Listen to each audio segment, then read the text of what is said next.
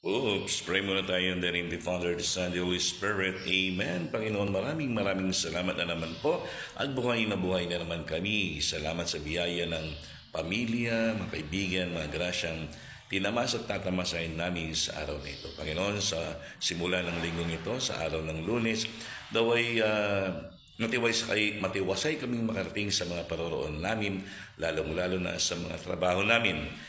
Ilayo mo kami sa latang kapahamakan, Panginoon. Ilayo mo sa latang karamdaman. Pamagampanan namin ang iyong kalooban sa araw na ito. Panginoon, hindi kami titigil na pinagdarasal ang mga kapatid namin ng mga sakit. Hipuin mo sila. Pagilingin mo na sila upang makabalik na sa paglilingkod sa iyo, Panginoon.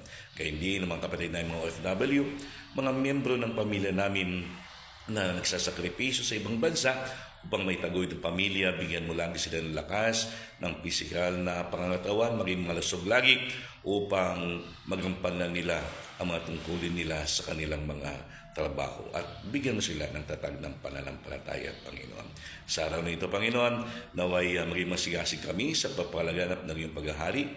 Turuan mo ka lagi na maging mapagmahal, mapagpatawad, mapagpakumbaba at mapagmalasakit sa aming kapwa.